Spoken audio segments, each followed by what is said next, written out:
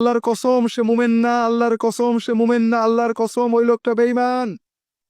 এক হাদিসে আসছে রাসূলুল্লাহ সাল্লাল্লাহু আলাইহি ওয়াসাল্লাম হঠাৎ কসম করছেন, ওয়াল্লাহি লা ইউমিনু, ওয়াল্লাহি লা ইউমিনু, ওয়াল্লাহি লা ইউমিনু। আল্লাহর কসম সে মুমিন না, আল্লাহর কসম সে মুমিন না, আল্লাহর কসম সে মুমিন না। সাহাবীরা বললেন, মান ইয়া রাসূলুল্লাহ, কে ইয়া রাসূলুল্লাহ? এটা হলো রাসূলুল্লাহ সাল্লাল্লাহু আলাইহি ওয়াসাল্লামের ওয়াজের একটা পদ্ধতি।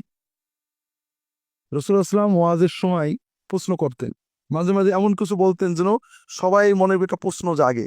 কথা বুঝতে পেরেছেন? সবাই ইয়া রাসূলুল্লাহ, আল্লাহ রসুল কি বললেন? আল্লাহর কসম সে মুমিন না, আল্লাহর কসম সে মুমিন না, আল্লাহর কসম ওই লোকটা বেঈমান। ইয়া রাসূলুল্লাহ, কে সেই বেঈমান? আমি যদি আপনাদের বলি যে ভাই ওরা মুমিন না, ওরা মুমিন না, ওরা কাফের কাফের কাফের কাফের কাফের, আপনারা কি বলবেন? হুজুর ওরা কারা? তাবলীগ, জামাত ইসলাম, চরমনাই, পিস, এরা শুনবেন না? আমরা তো এখন কাফের কাফের কাফের মানে মুসলমানদের কোনো না কোনো গ্রুপ, ঠিক না বেঠিক? মাশাআল্লাহ। আল্লাহ রসুল সাল্লাল্লাহু আলাইহি ওরকম বললেন কাফের কাফের কাফের, ওরা বেঈমান বেঈমান বেঈমান। কে? যে মিলাদ পড়ে না নাকি?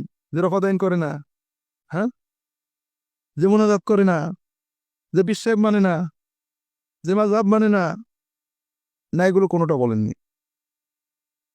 এমনকি ইবাদতের বিষয়ে জাননি। মান লা ইয়ামানু জারুহু বাওয়াইকাহু, যে ব্যক্তির প্রতিবেশী, পাশের দোকানদার, পাশের বাড়িওয়ালা, সহকর্মী তার দ্বারা কষ্ট পায়, ওই লোকটা ইমানদার না, ও বেঈমান বেঈমান বেঈমান। কথা বোঝেন তো ভাইরা? আপনাদের অনেকবার বলেছি, ইমান মাপার কিছু থার্মোমিটার আছে, ব্যারোমিটার আছে। আপনি নামাজ পড়েন, ইমানের লক্ষণ, কোনো সন্দেহ নেই। রোজা রাখেন, ইমানের লক্ষণ। পকেটের টাকা মানুষদেরকে দেন, ইমানের লক্ষণ।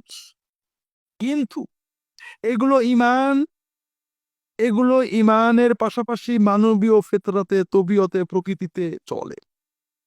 কিন্তু কষ্ট করে, নিজেকে কন্ট্রোল করে, মানুষের জুলুম সহ্য করে, মানুষের সাথে ভালো ব্যবহার করা, প্রতিবেশীর অত্যাচার সহ্য করা, প্রতিবেশীকে কষ্ট না দেওয়া, এটা হলো আপনার প্রকৃত ইমানের পরিচয়। কথা বোঝেন? কোনটা বেশি কষ্ট? নামাজ পড়া বেশি কষ্ট, না প্রতিবেশীর অত্যাচার সহ্য করা কষ্ট? হ্যাঁ, বুঝেননি? প্রতিবেশীর অত্যাচার সহ্য করা কষ্ট। আর এই জন্যই রাসূলুল্লাহ সাল্লাল্লাহু আলাইহি ওয়াসাল্লাম বললেন, প্রকৃত ইমানের পরিচয় হলো যে তোমার পড়শি যেন তোমার দ্বারা কখনো কষ্ট না পায়।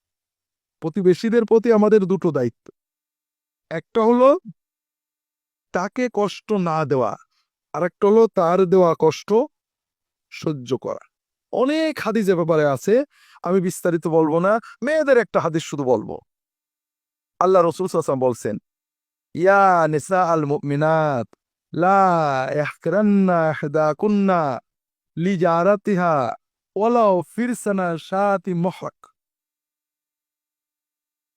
হে মুমিন মেয়েরা, মুসলমান মেয়েরা, শোনো, তোমরা তোমাদের পড়শি মহিলাদেরকে হাদিয়া দেওয়ার ব্যাপারে কোনো অবহেলা করবে না। যদি তোমার বাড়িতে সামান্য একটু পায়া, গরুর ছাগলের পায়া, যাতে গোশত নেই, এটাও রান্না হয়, পারলে যদি পারো একটা পায়া তোমার ভাবিকে, প্রতিবেশীকে দিতে, তাও দেবে। এটাকে তোমরা অবহেলা করবে না। তার মানে প্রতিবেশীরা পরস্পরে পরস্পর খোঁজ খবর নেবে, সহযোগিতা করবে, হাদিয়া দেবে, নিজের বাড়িতে ভালো রান্না হলে একটু পাশের বাড়িতে দেবে। এটা ইসলামের নির্দেশ। কথা কি বুঝতে পেরেছেন? আমরা বর্তমানে এখানে দুই ক্যাটাগরিতে ভুগি। একটা হলো কেউ যদি অল্প স্বল্প কিছু দেয়, যাকে দেওয়া হয় বলে খাইতে পায় না, মনে হয় আমরা কোনদিন খাইনি তাই দেশে। এটা ইমানের লক্ষণ না। আপনি যে খান, না খেয়ে যে থাকেন না, এটা পাড়াপড়শি জানে না? জানে না। কাজে আপনি খাননি এই জন্য দিইনি, তারা খাচ্ছে, তাদের ভালো লেগেছে এই জন্য আপনাকে দিয়েছে, আল্লাহর হুকুম তাই দিয়েছে। কাজেই প্রতিবেশী যদি কিছু দেয়, এটাকে শ্রদ্ধার সাথে নিতে হবে। প্রতিবেশীর কোনো হাদিয়াকে অবজ্ঞা করা হারাম গুনাহ। আপনাকে অবজ্ঞা ছাড়া মহব্বতে নিতে হবে, ওটাকে খেতে হবে, ব্যবহার করতে হবে, তাকে হাদিয়া দিতে হবে। কথা কি বুঝতে পেরেছেন? প্রতিবেশীর প্রতি অনেক দায়িত্ব। আপনার ইমানের পরিচয় হলো আপনার প্রতিবেশী আপনাকে কেমন বলে, আপনার পাশের দোকানদার আপনার কেমন বলে। বিশ্বাস করেন, আমি ব্যক্তিগতভাবে আমার অনেক মহব্বতের মানুষ আছেন আপনারা, লোকটা দাড়ি আছে খুব ভালো, নামাজি খুব ভালো, আমার বই পড়ে খুব ভালো, কিন্তু যখন শুনি তার পড়শি কষ্ট পায়, তখন আমার মনটা খুব উঠে যায়। বিশ্বাস করেন, আমার মনটা উঠে যায়। কেন? আপনার ভালোর কি দাম হলো? যদি আপনি আমার কাছে বসে আমার বই পড়ে দিন রেখে দাড়ি রেখে যদি আপনার পড়শিকে কষ্ট দেওয়া, পাশের দোকানদারের কষ্ট দেওয়া, পাশের টেবিলে বসে যে আপনার চাকরি করে তাকে কষ্ট দেওয়া, আপনার হলে হোস্টেলে পাশের বিছানায় যে থাকে তাকে কষ্ট দেওয়া বন্ধ করতে না পারেন, তাহলে আপনার ইমানের পরিচয়টা কোথায় গেল? আর এক্ষেত্রে সবচেয়ে বড় অধিকার আপনার পাশে আজীবনের জন্য যে আছে আপনার স্বামী অথবা স্ত্রী। কথা বোঝেননি?